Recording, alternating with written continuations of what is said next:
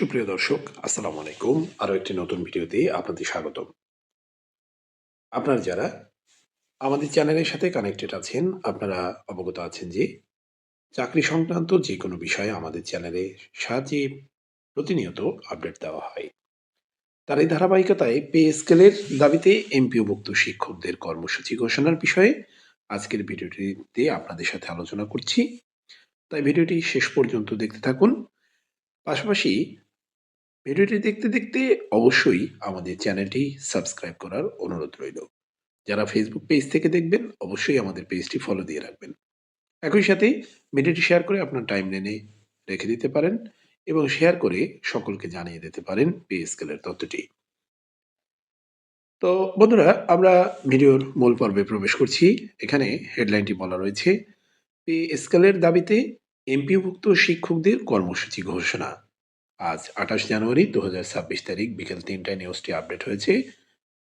তো এখানে আমরা দেখতে পাচ্ছি, সরকারি কর্মচারীদের জন্য নবম পে স্কেলের প্রজ্ঞাপন জারি না করার বক্তব্যে হতাশা ও ক্ষোভ প্রকাশ করেছে কর্মচারী সংগঠনগুলো। এ পরিস্থিতিতে বাংলাদেশ সরকারি কর্মচারী দাবি আদায় ঐক্য পরিষদের পাশাপাশি ২ দিনব্যাপী কর্মসূচি ঘোষণা করেছে এমপিওভুক্ত শিক্ষকরা। এমপিভুক্ত শিক্ষা জাতীয়করণ প্রত্যাশী জোটের সদস্য সচিব অধ্যক্ষ দেলোয়ার হোসেন আজিজি স্বাক্ষরিত এক সংবাদ বিজ্ঞপ্তিতে এই তথ্য নিশ্চিত করা হয়। বিজ্ঞপ্তিতে বলা হয়, জ্বালানি উপদেষ্টার বক্তব্য অবিলম্বে প্রত্যাহার এবং নবম পে স্কেলের প্রজ্ঞাপন দ্রুত জারির দাবিতে বাংলাদেশ সরকারি কর্মচারী দাবি আদায় ঐক্য পরিষদের ঘোষিত কর্মসূচির মধ্যে রয়েছে ২৮ ও ২৯ জানুয়ারি দেশের সকল সরকারি, আধা সরকারি ও স্বায়ত্তশাসিত দপ্তরে বিক্ষোভ কর্মসূচি এবং ৩০ জানুয়ারি সকাল ১০টায় জাতীয় প্রেস ক্লাবের সামনে প্রতিবাদ সমাবেশ। সরকারি কর্মচারী দাবি আদায় ঐক্য পরিষদের কর্মসূচির সঙ্গে একাত্মতা প্রকাশ করে এমপিভুক্ত শিক্ষা জাতীয়করণ প্রত্যাশী জোটের ঘোষিত কর্মসূচির হলো ২৯ জানুয়ারি জোটের ব্যানারে দেশের সব এমপিওভুক্ত শিক্ষা প্রতিষ্ঠানে বিক্ষোভ কর্মসূচি এবং ৩০ জানুয়ারি জাতীয় প্রেস ক্লাবে প্রতিবাদ সমাবেশ। এতে বলা হয়, মূল্যস্ফীতির সঙ্গে সামঞ্জস্য রেখে সরকারি কর্মচারীদের বেতন সমন্বয়ের লক্ষ্যে অন্তর্বর্তীকালীন সরকার গত ২৭ জুলাই ২০২৫ তারিখে জাতীয় বেতন কমিশন ২০২৫ গঠন করে। কমিশন চলতি বছরের ২১ জানুয়ারি প্রধান উপদেষ্টার কাছে তাদের প্রতিবেদন জমা দেয়। এরপর থেকেই প্রজাতন্ত্রের কর্মচারীরা নবম পে স্কেলের প্রজ্ঞাপনের অপেক্ষায় ছিলেন। তবে গতকাল জ্বালানি উপদেষ্টা মোহাম্মদ ফজলুল কবির খান সাংবাদিকদের জানান, বর্তমান সরকার পে স্কেলের কোনো প্রজ্ঞাপন জারি করবে না। তার এই বক্তব্যে লক্ষাধিক সরকারি কর্মচারী ক্ষুব্ধ, হতাশ হয়েছেন বলে জানায় ঐক্য পরিষদ।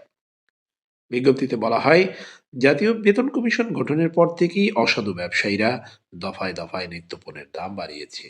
অথচ কমিশনের সুপারিশ অনুযায়ী নবম পে স্কেলের প্রজ্ঞাপন জারি না হলে বর্তমান বেতনে কর্মচারীদের পক্ষে পরিবার নিয়ে টিকে থাকা কঠিন হয়ে পড়বে। তারা প্রশ্ন তোলেন, প্রজ্ঞাপন জারি না হলে কমিশন গঠন করে রাষ্ট্রের অর্থ কেন ব্যয় করা হলো? এছাড়া গত ১৯ জানুয়ারি জাতীয় প্রেস ক্লাবে অনুষ্ঠিত সংবাদ সম্মেলনের ঘোষণা অনুযায়ী আগামী ৪ ফেব্রুয়ারির মধ্যে নবম পে স্কেলের প্রজ্ঞাপন জারি না হলে ৫ ফেব্রুয়ারি দেশের প্রতিটি জেলায় মানববন্ধন কর্মসূচি পালন করা হবে। সুপ্রিয় দর্শক, এই ছিল পে স্কেল সংক্রান্ত সর্বশেষ আপডেট। পরবর্তী আপডেট আমাদের চ্যানেলের মাধ্যমে আপনারা আপনাদের কাছে দ্রুত পেয়ে যাবেন। তো পরবর্তী গুরুত্বপূর্ণ ভিডিও পাওয়ার জন্য অবশ্যই আমাদের সাথে থাকার জন্য আমাদের চ্যানেলটি সাবস্ক্রাইব করার অনুরোধ থাকবে। একই সাথে আমাদের ফেসবুক পেজটিও ফলো দেওয়ার অনুরোধ থাকবে। ভিডিওটি টাইমলাইনে শেয়ার করে সকলকে জানানোর অনুরোধ জানিয়ে আজকের মতো বিদায় নেব। ভিডিওটি সম্পর্কে কোনো গঠনমূলক আলোচনা বা মন্তব্য থেকে থাকলে তা কমেন্ট সেকশনে অবশ্যই জানাবেন।